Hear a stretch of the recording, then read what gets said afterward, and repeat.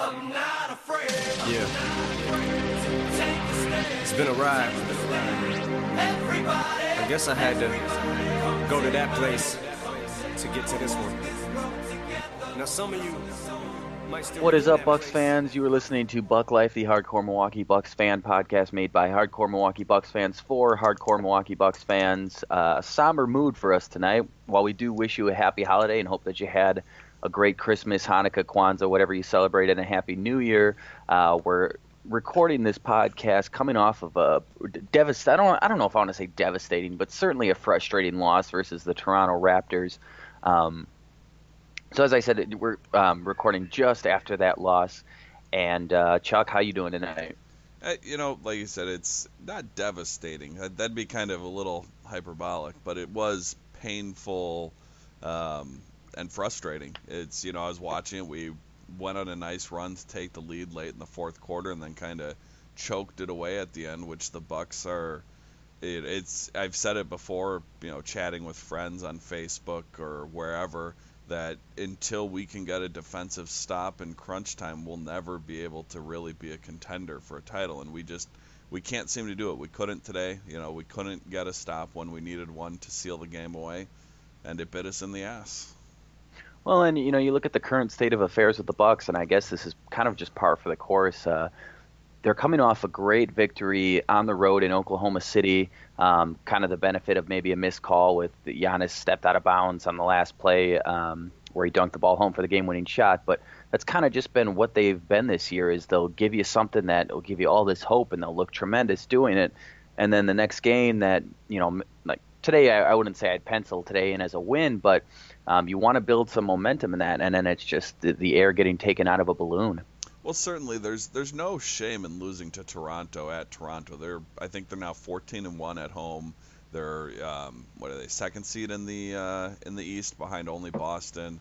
How have they? Speaking of which, I had the standings pulled up here. How have they played 5 less games than Boston? Boston has played 40 games. Toronto's played 35.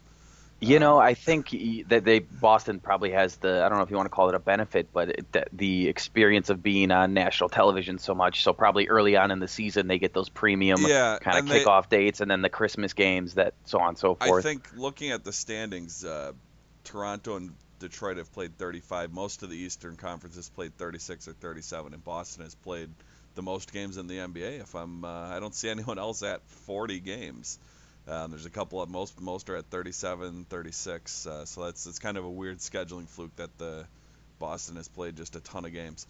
But anyways, yeah, there's no shame in losing to them. They are 14-1 at home. We kept the game competitive. Normally, if we had kept the game competitive, we lost a hard-fought contest, I normally wouldn't be as down as I am. But the fact that we had the lead, and once again we just could not get a defensive stop in crunch time when we needed to. That's what's frustrating to me, because we all know about this team's defensive struggles. We let wide open threes, and we don't really have a true rim protector, and it's frustrating to see the same stuff day in and day out. Yeah, and what's remarkable about this game in particular, and I was tweeting people about it and texting people about it. By the way, follow Buck Life Podcast at Buck Life Podcast on Twitter if you don't. But it was remarkable to me that they were really in this game, because early on, Toronto was hitting shots that just looked incredibly tough, and the Bucks were missing a lot of gimmies or even just open jump shots. So you add in all the mental mistakes that the Bucks had tonight, and it's remarkable. I think it speaks to the talent level of certain guys that you can still be in a game against a team as red hot or at home that Toronto is, and take them right down to the wire. But I guess again, like you said, it adds to the frustration levels that you get right there and you just can't close it out. Yeah, and it's some of it's scheme for sure. We've talked about it before. Giving up wide open threes in this day and age is not acceptable.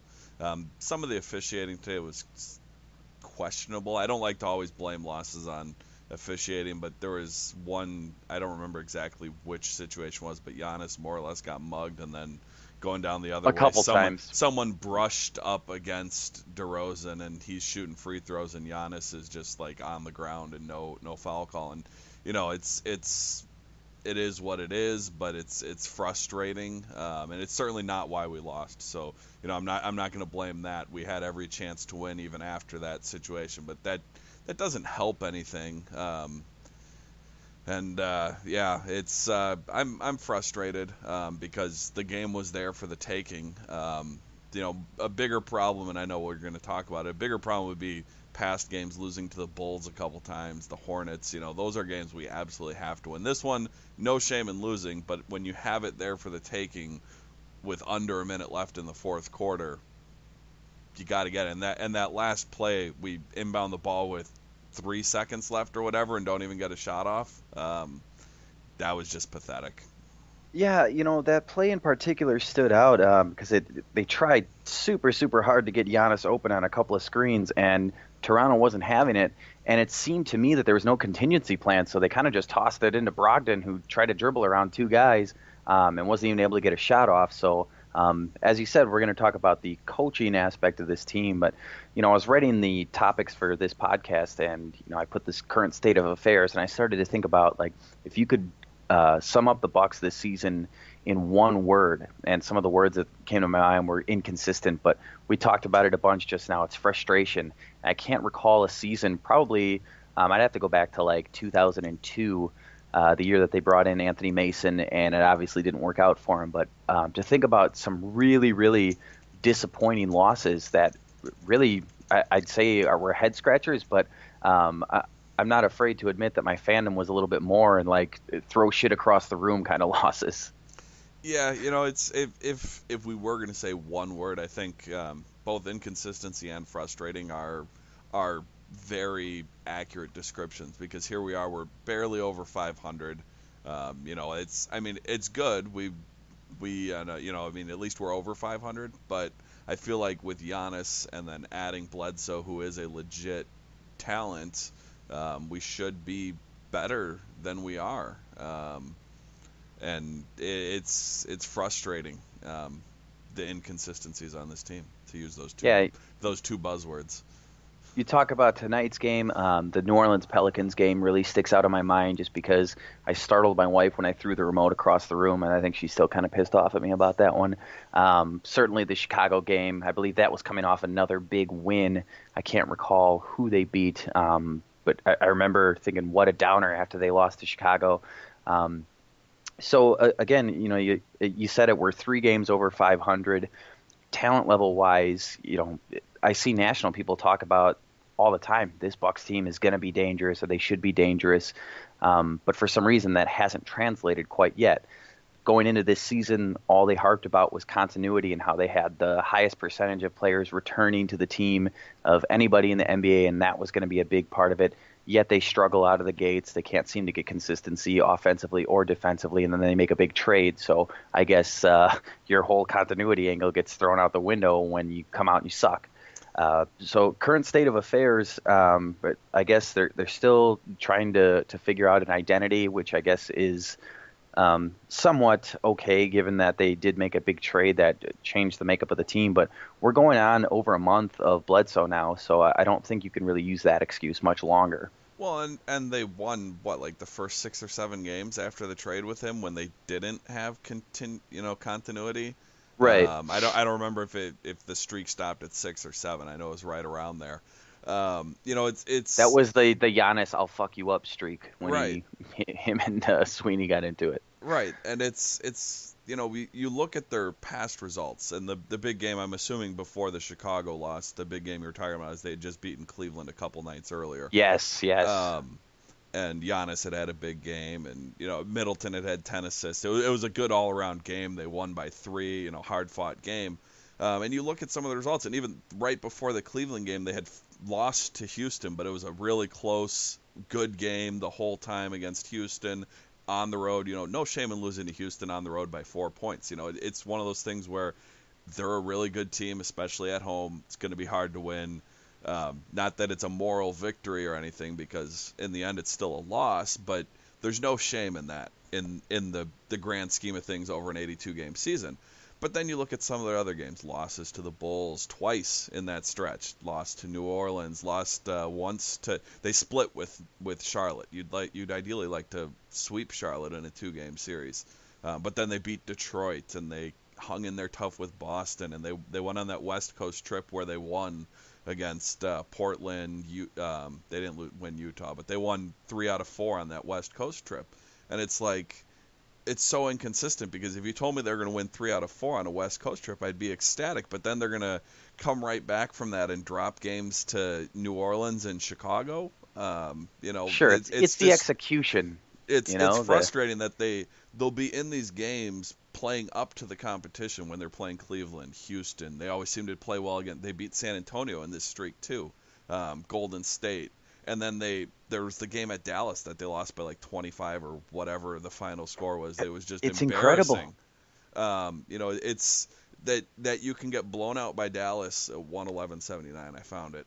That you can get blown out by Dallas and then right after you beat Detroit. Those teams aren't on the same level. Dallas is not. They're not what they were 5 years ago. They're not a good team right now. So it's like they hang in there in these games that you would maybe not expect them to even be competitive in, and then they shit the bed against lesser competition pretty routinely. And I don't know what the problem is there. Well, a theme that you hear is like you talked about moral victories, and it's like you say it's there's no shame in that. But I think a team that the Bucks are supposed to be on the ascent here, eventually you have to start winning these games. You can only do moral victories for so long. And I also think the other side of the sword there is that the moral victories, to me, that's, there's something to be taken out of that if you're also taking care of business as far as the teams that you should be blowing out rather than getting blown out by. So I guess I'll stick with frustration as current state of affairs, and I'm not 100% sure much is going to change unless we're talking about some leadership changes, which brings us to our next topic, and it's where are you with Jason Kidd as the head coach of the Milwaukee Bucks? What's your thoughts, your I guess state of affairs as far as the head coach is concerned? I mean, it hasn't really changed. I've wanted him gone for a while. I'm not the most vocal about it, but I don't think, given the talent level, other than Giannis, because you could argue a case that point Giannis has probably benefited some from Jason Kidd, and we don't know how much. But that's kind of the one thing that I'd say, okay, maybe he deserves to stay because of that, but it's just not enough anymore. The defensive scheme going on almost 2 full years now. His first year here, they had the right, I don't know if it was the right personnel or if it just the league hadn't adjusted to it yet, but his first year here, they did all this switching. The defense was great. But since then, it's been nothing but wide open threes in the corner. It's just, you can't get a stop in crunch time. The plays he draws up coming out of a timeout are just always suspect. I mean, there have been a couple good ones, but for the most part, they're not good plays coming out of a timeout, especially in crunch time. So it's just, it seems the players respect him and play hard for him because we're in a lot of games, but it doesn't seem like it's enough. It might be enough. It might be a similar situation to the Packers right now. They're obviously earlier today, Ted Thompson announced he's moving on. We don't know what's going to happen with Mike McCarthy with the new GM, but McCarthy always has his teams playing hard. No matter what the situation, they're in almost every single game. And, I mean, there have been some this year that weren't, given the quarterbacking situation. But the guys come out there for the most part and play hard every week. I would say against Detroit the other day, not so much. But most weeks they do. And there's a certain... that's worth a certain amount as a head coach, getting the guys to play for you and respect you. But at a certain point, it becomes not enough. And I'm certainly there with Jason Kidd. Packers, we're not a Packers podcast, but obviously a lot of our listeners are going to be both Packers and Bucks fans, so the comparison works. So we may be at a similar situation for both franchises where the players will play hard for the coach, but it's not enough to get them over the hump at this point. And I'm certainly there with Jason Kidd, that I think it's time for a change. And I don't know what that change is, but certainly I want better defensive coaching and scheming. Yeah, you talked about kids' defensive system, and it worked year one, and I liken that to like a pitcher in baseball getting called up from the minors in his first start. The guy's lights out.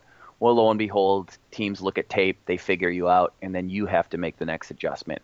It seems like Kid has an utter refusal to make adjustments to his game.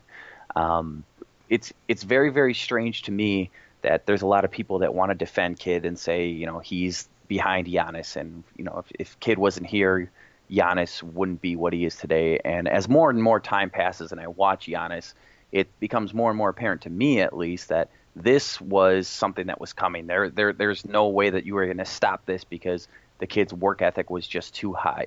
And I'll go a step further and say maybe if we had somebody besides Kid, maybe Giannis would be at an entirely different level, which is crazy to say given how great he is now. But maybe he would have more confidence in his jumper earlier in his career, and his jump shot would be further along to go along with the rest of his game. So, yeah, Kid moved Giannis to the point for a couple dozen games, and it looked great, and then he kind of strayed away from it, but that helped in Giannis's development. But like you said, that to me is pretty much where it ends. You listen to the guy every time that they have a tough loss or a loss to a team that they shouldn't lose to. He comes out and spews the same bullshit about, whoa, we needed more energy and effort tonight. It's just a lack of energy and effort. Well, here's my theory on that whole situation. Number one, if this is all true, let's take that at face value and say that it is a lack of energy and effort. So there's one of two problems here. Number one, it's either a personnel problem. So that would mean that everybody on the team that you drafted, acquired, just doesn't give full energy and effort. Or number two, that's a leadership situation. That's a coaching situation where you're not doing enough to get the most out of these guys or putting them in a situation to be successful. Either way, given what we know about or what we think we know about how the Bucks are run, if it's a personnel problem, I'm putting that on Kid because if you believe a lot of reports, we have a puppet GM and Kid's calling the shots. We know for a fact he called the shot at least one of our first-round picks. In fact, he overturned the call of the entire front office when we wanted Bobby Portis and Kid wanted Rashad Vaughn. So I could say that that's Kid's fault if it's a personnel issue, or I could say it's his fault if it's a coaching issue. But you can't sit here and say energy and effort when you're pretty much the face of this franchise. And it also is just kind of rich to me that a guy who pretty much looks and sounds like he just rolled out of bed and smoked a joint would sit here and say that we don't have enough energy and effort. So I'm right there with you. I want the guy gone. You look at the whole way that this process was handled, from how he was brought in, the shady tactics. I drank the Kool-Aid. I said, it's not that bad, especially considering we had year one success. Now you look at the lack of success that they've had given the talent level. I just don't think that the Bucks are in much better of a position than they were when they brought Jason Kidd in, which is saying a lot considering that we were about to make the number 2 overall pick in the draft. So I'm right there with you. Kidd, he can go, maybe go to an interim replacement and see what's available at the end of the season. Now, do I really expect that to happen? Absolutely not. Mark Lazary is Kidd's financial advisor and one of his best buddies, and Kidd has a lot of money owed to him. Barring some unbelievable epic collapse, I don't think it's going to happen, which is a shame because the only way I see that happening is if Giannis gets hurt, and God knows I don't want to see that. Yeah, absolutely. I think we're stuck with him for now. And you're right that if we don't know, and we've mentioned this more or less every podcast ever that we've ever done, is that we don't know the power structure behind the Bucks. We don't know it between the owners. We don't know it between the GM and the coach and the front office staff. But certainly there are certain moves that had Jason Kidd's fingerprints on it, whether it was getting Grievous Vasquez or drafting DJ Williams this year and last year. I'm drawing a blank. Rashad Vaughn. Some of these picks were rumored to be Jason Kidd's picks rather than the GM.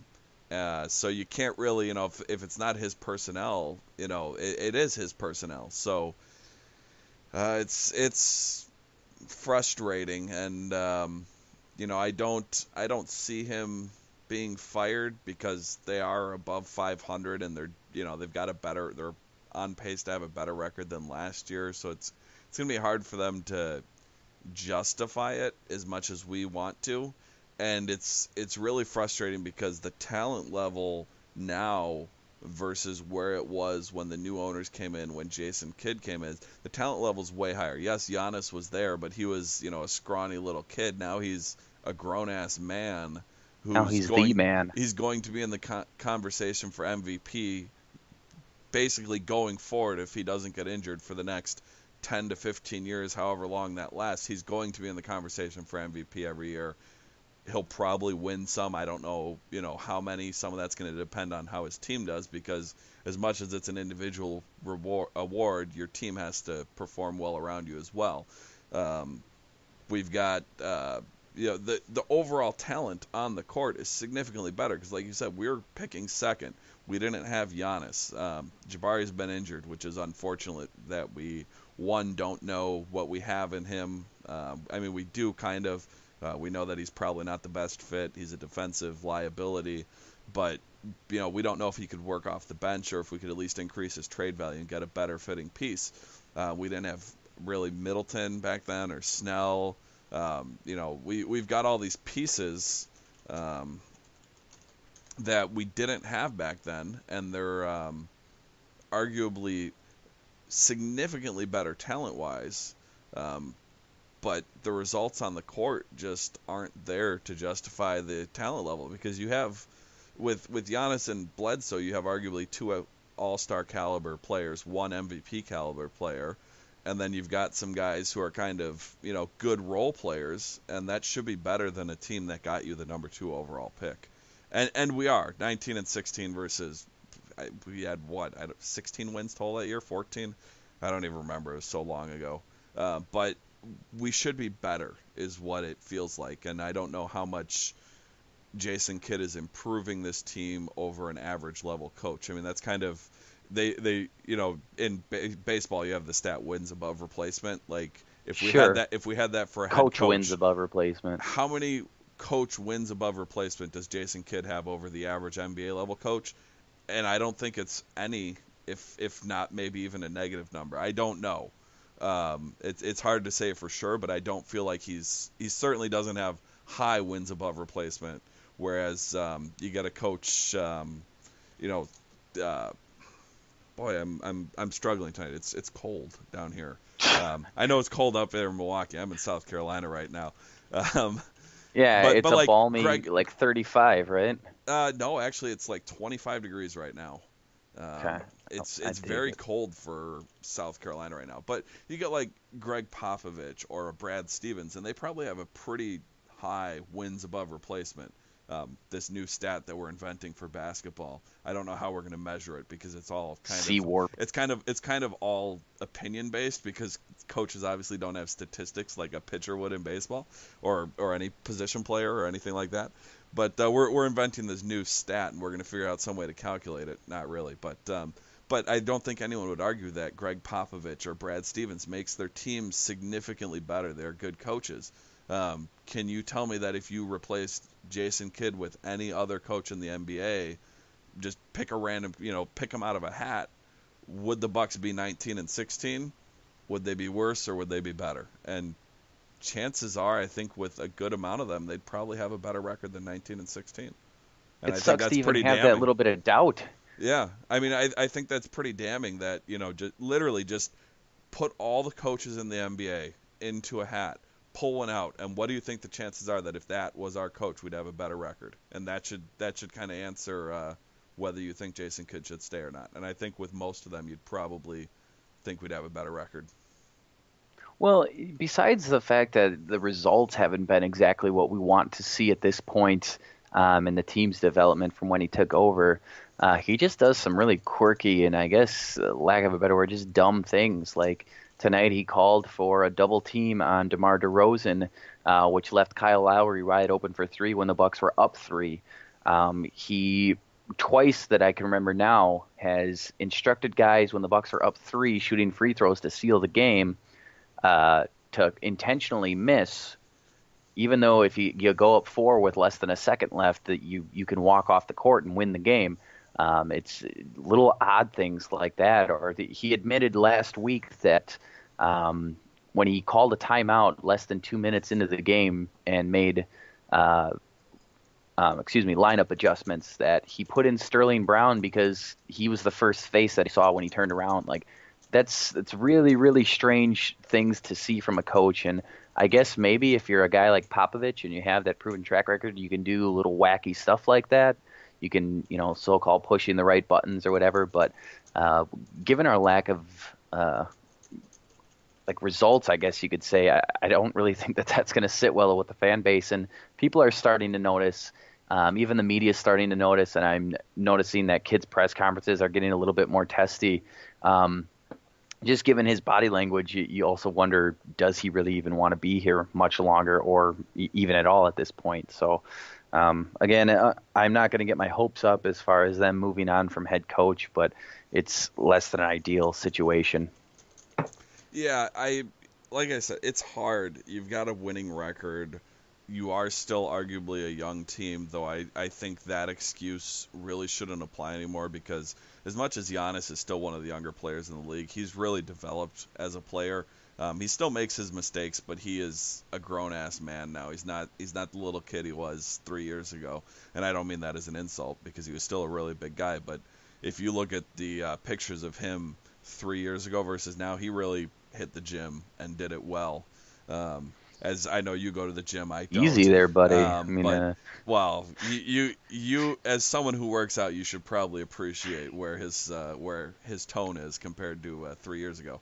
I may have checked out his physique a few times. I'm not gonna lie. Yeah. I'm secure enough to say that. Exactly. But obviously you trade for Bledsoe. He's a veteran. He's not he's not old, but he's a younger. He's not a rookie or a second year player or anything like that. He's established. Yeah, he's 27. Middleton, prime of his career. Snell, all these guys are the guys who are playing significant times are not first or second year players. They're all veterans at this point in time, including Giannis. And I mean, the youngest one is Brogdon, and even now with the trade for Bledsoe, Brogdon has taken less of a role in the game. So it's one of those things where that's not an excuse that flies. So I don't see how you can fire a coach with a winning record. Not that it's never happened, but it's not very common. Well, I can think of an example a few years ago, David Blatt getting canned in Cleveland when they were in the number one seed a couple months into the season. Yeah, well, that is true. Likely LeBron pulling strings behind the scene there. And right. I don't think Giannis, not only does he not necessarily have that level of pull, but I don't think he necessarily is that type of person. And maybe I'm wrong. Maybe there'll come a day where Giannis wants the coach gone, but I don't think he has that kind of attitude. Certainly not at this point in his career. So I don't think it's realistically going to happen this year. If they flounder down the stretch, finish with the 7th seed, get swept in the playoffs, maybe. So I guess we just have to see where it is, but I don't have much hope for a coaching change mid-season and off-season. I'd say probably unlikely, but possible. Well, we can only hope and pray. We got about a month now until the trade deadline to make a quick transition. We already saw the Bucks make a major trade, really the biggest trade of the season in the NBA so far, when they trade for disgruntled point guard Eric Bledsoe from the Phoenix Suns in exchange for Greg Monroe and a protected first-round pick. What that trade did was you filled a massive void as far as playmaking from the point guard spot, but then you created another big void, and we are clearly seeing it now. I mean, the Bucks' biggest weakness, I think, is rebounding. Obviously, Greg Monroe being gone is going to make that worse. Interior defense is still an issue. You have Henson, you have Thonmaker, who theoretically these guys are supposed to be shot blockers, but just because you have that skill set, I wouldn't say that makes you a defensive stopper.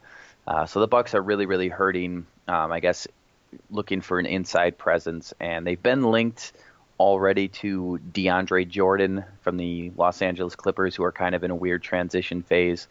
Um, there's been rumors of smaller deals too that the Bucks have been looking at to try to bring in a center, but I do think that they are looking to, and I do think that they will eventually bring in someone to man the 5 position if they're serious about making a run this year. It certainly seems like they're out there. They've been linked to multiple players at different points. They've been linked to obviously DeAndre Jordan a couple times and JaVale McGee. So, who they end up getting, I think it'll be someone. And I don't know if it's going to be one of the big names or if it'll be kind of a lesser bench role guy. It's hard to say at this point who is even available because the Clippers have gone on a little run. They're like 1 or 2 games out of the 8th seed now, so maybe they're going to kind of sit tight where they're at. But I think within the next month we're going to get some sort of new big. And then the question, as always, is what did we give up to get it? I think you're right that trading for Bledsoe created a little bit of a hole at the 5. We lost Greg Monroe's presence, but overall I think it was a talent upgrade. It was kind of one of those things where we're trading a guy who is not starting for us for a guy who immediately filled a big position of need. Now what are we going to have to give up to replace that production? And hopefully it's not. I don't know. There's nothing really that would upset me too much in giving up. Obviously, you're not going to trade Giannis or Bledsoe now. You can't even trade Bledsoe. I don't remember the exact rules, and we don't have the Grand Admiral on here, but I know there's a time limit once you trade for a player. But yeah, so it'll be interesting to see who we get, but we are definitely seem to be serious because every week we're linked or we're talking to someone. Yeah, and I had one worry about the Bledsoe trade, and it was a talent upgrade for sure. Given how early it was done in the season, and given that Bledsoe he was done with Phoenix, they had sent him home, with the whole tweet controversy saying he didn't want to be there. I thought maybe the Bucks jumped the gun a little bit in making that deal, not so much in bringing him in, but just what they gave up. Given that it was a first-round pick, given a guy like Greg Monroe, I really feel that if they kind of would have played it a little bit closer to the vest, waited a little bit longer, maybe Phoenix gets a little bit desperate because people are pissed off. They want to know what's going on. Bledsoe's probably angry, sitting at home.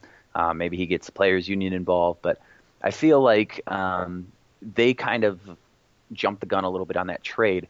Not that it wasn't, like you said, a talent upgrade, but I look at a guy like Greg Monroe, who had a huge expiring contract of about $18 million, a first-round pick, which was a protected pick. So, they can still trade another future first, but it gets a little bit dicey. But I wonder if there's going to be a premium player that's going to become available in the next month that maybe you didn't know was going to be available, that maybe you could have had because you had that big expiring chip, and some other young players to throw in there. A guy that I've really, really would have loved to see in the Bucks take a look at, especially given for how little was given up to get him last year, was DeMarcus Cousins. I know all the character issues supposedly that he has, but clearly, worlds better talent than anybody else that the Bucks currently have on the roster, and New Orleans is sitting right in that 8th seed. So who knows if they're going to make a deal given that he's expiring this season. So again, like I said, maybe they jumped a gun, but I've liked what Bledsoe has done for them so far. It's just we need to do something to complete this team. A couple other guys that might be available. We talked about DeAndre Jordan, given that LA's in that weird situation right now. Derek Favors is another guy in Utah who's on an expiring deal that could possibly be had. A good beefy center, almost a little Monroe-like. Dallas has the whole Nerlens Noel situation where he was getting DNP coaches' decisions. So I'm sure he could be had for relatively cheap if you want a quick option. Sacramento's loaded with centers. Memphis is towards the bottom of the barrel in the NBA, so maybe Gasol becomes available. So it seems that even though that the league seems to be going away from the traditional center, that it's a big hole in the Bucks lineup, but they might be able to get somebody. Yeah, I mean, but a lot of those guys you mentioned, like you said, they're going away from traditional center, but like guys like Gasol, Cousins, they're not really traditional. I mean, they're big guys, but they can shoot as well. The only one I'd really, obviously DeAndre Jordan can't shoot for anything. He's kind of more the traditional center of the group. Um, and you're right. It does seem that there's going to be some guys available. It's just going to depend on what the asking price is for all of them. Um, I I don't know if we could have got something better for Greg Monroe. I'm pretty happy with what we got in terms of it seems to be a pretty decent fit. Um, the Bledsoe's been pretty good here. He seems to be happy. He's playing it. It's not like the Phoenix situation. Hopefully that lasts. Hopefully he doesn't become disgruntled. But yeah, maybe we could have got something better. We'll see what happens at the trade deadline and if other big expiring contracts get moved for something, or if we see someone that gets moved that we could have offered them more had we not done the Bledsoe trade. But then at the same time, you're not going to have Bledsoe. I think they really wanted to make the move early to have Bledsoe on the roster for more of the season, which there is some value in getting him early to get them time to gel, put more wins on the record right away, and all the other advantages that come with it. So it's hard to second guess it because I'm pretty happy with that trade overall, personally, and it's so unknown what would have happened after there. Maybe the Bucks aren't even in it at the trade deadline, and we're sellers instead of buyers at that point. I just don't know. Sure.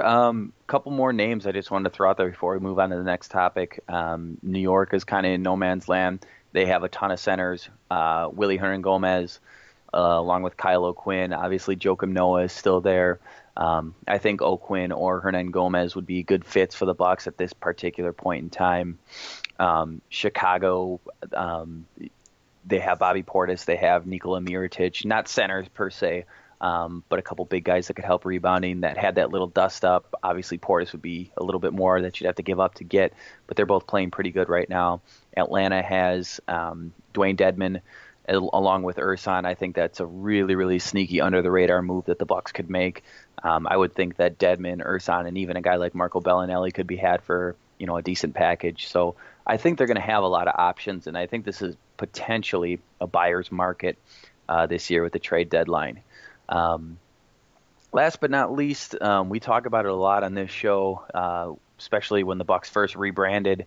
It's the new uniforms that the Bucks unveiled, the city-themed uniforms that the Bucks theme was Cream City. So you can look online if you haven't seen it yet. It's a cream. I mean, the base color of the jersey is cream. It kind of has that new Irish rainbow look with the blue and the black. And that Bucks kind of front-facing logo without the Milwaukee Bucks font on the front of it. Quick thoughts. What do you think of the new uniform, Chuck? Honestly, from the beginning, I was hoping they would have a cream jersey instead of a white jersey.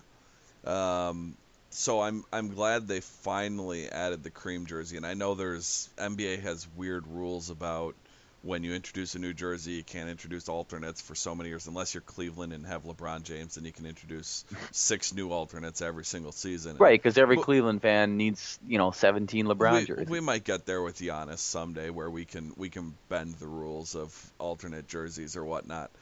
So I'm really happy that they introduced these new cream jerseys. I'm not one that's really an expert on the aesthetics of jerseys, so that's really, I wish we had. We got to get Nick to talk about that. He's really the guy that goes on like Jersey Watch blog and stuff and talks about the finer details of what makes a jersey aesthetically pleasing. But I am overall happy that we finally have a cream jersey, and it's going to be exciting. I'm looking forward to seeing them in action because it's one thing to see a picture or this or that, but until you see it on the court running up and down, it's kind of not real.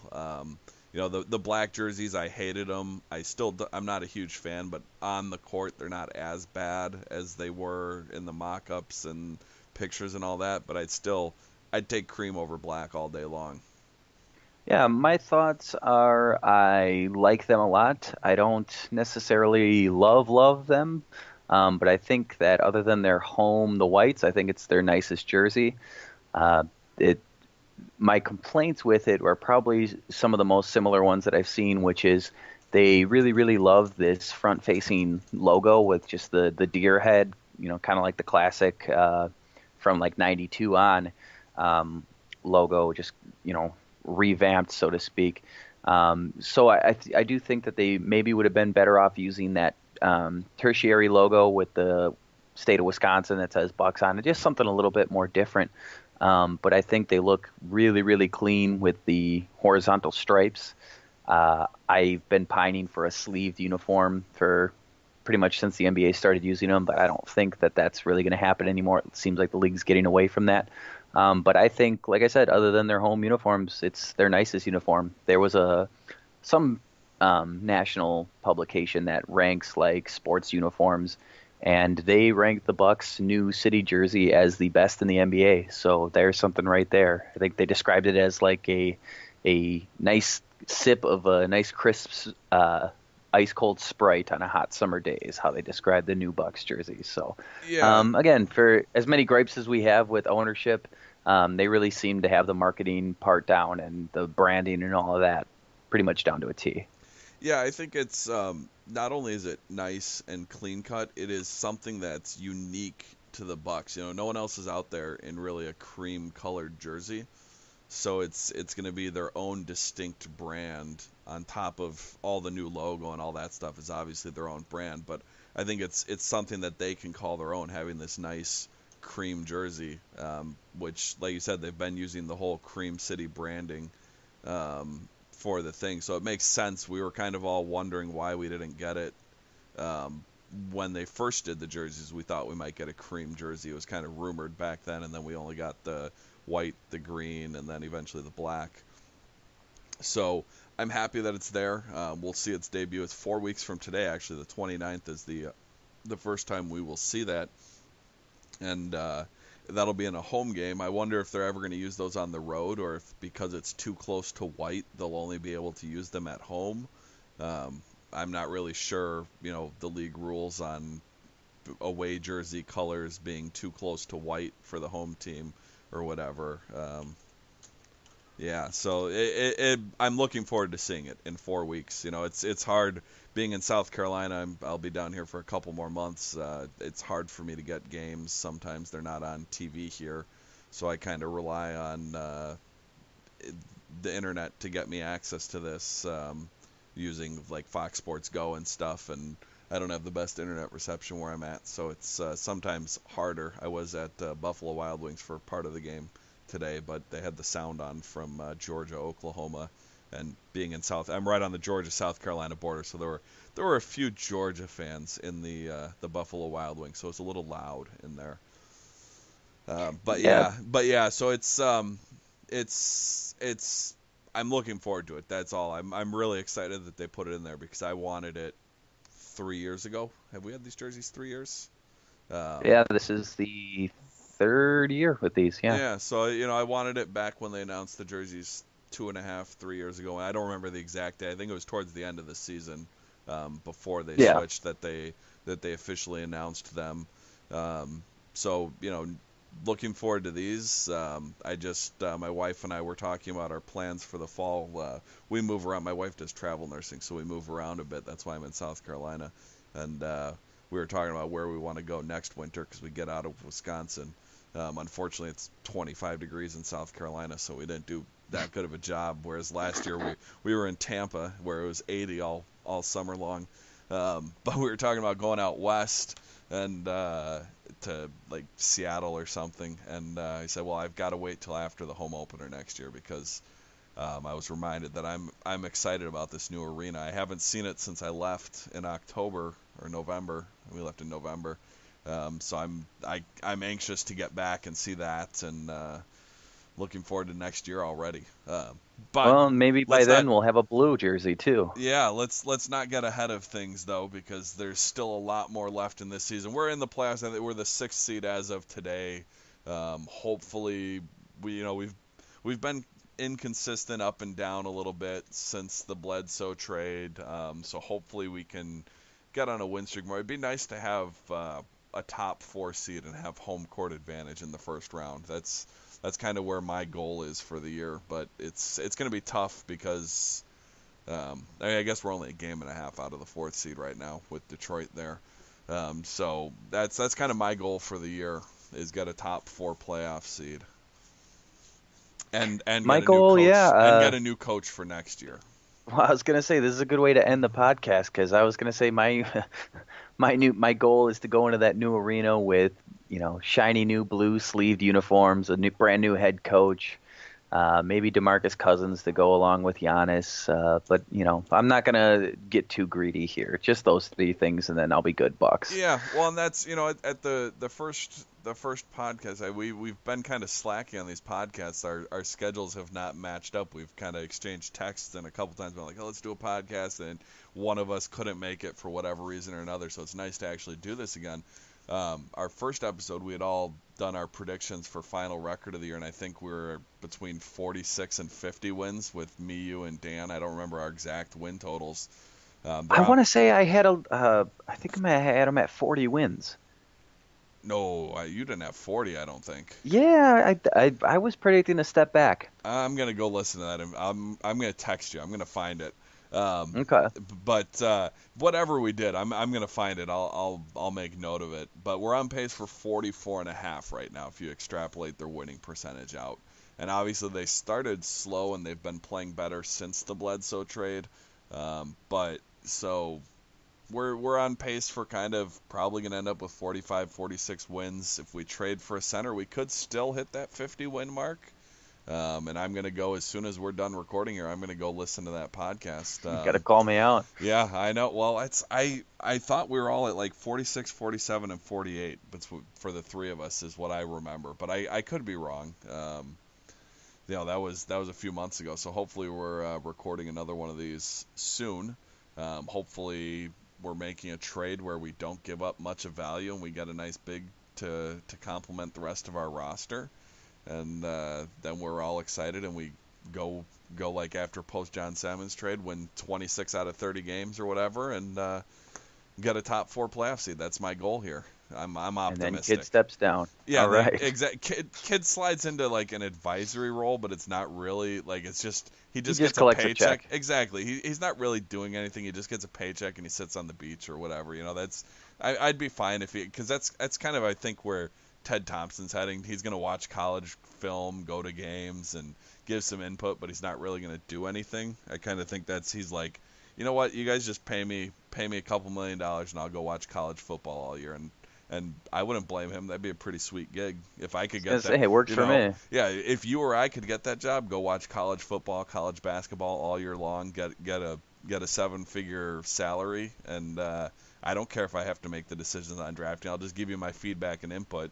You take it or leave it. Just give me the 7-figure paycheck and let me watch sports all day. I got to get one of those jobs. Yeah, that's the dream. Well, that's just gonna about do it for Buck Life. Before we go, you said college basketball, so I'm just gonna say it. Grayson Allen. Yeah, you've been on watching 3 years now. I think you've been on the Grayson Allen. My dream is still alive. It's if he could stop tripping people though. That's. He's had a good season so far. He's bounced back from a rough year last year. He has had a good season. I do think he has sometimes a little dirty side to him, but it's not necessarily a terrible thing. Okay to be dirty. Yeah, exactly. So, but yeah, that's he's a player that depending on where we're picking, I could get behind it. It doesn't look like we're going to be picking high, so you're going to be probably looking at a player of that level where we're picking. So, I could be convinced. Yeah, buddy. Oh, you will be. You will be by the end of this season, or it won't be for lack of effort. Well, my thing with that is I don't know where with having Brogdon, with having Bledsoe now, I don't really know where you put him because he's kind of need a third guard. Yeah. I mean, I guess there's always room. It'd be a weird fit to me. But that said, where we're going to be picking, assuming we continue on the path we're on now, we're going to be picking at the back half of the first round, and yeah, I'd be fine with him at that pick. But we're a long ways away from the draft. A lot of All things could right, happen I've made a between now and believer. then. I've never been completely opposed to Grayson Allen. I just don't love him as much as you do. That's good because that would be unhealthy if someone loved him more. All right, I think that's just going to about do it for this edition of the Buck Life Podcast. Stay tuned. I don't know exactly when the next episode will be up, but hopefully not too much longer. And as always, we appreciate you guys. So have a good one. Here's to better Bucks days in the future.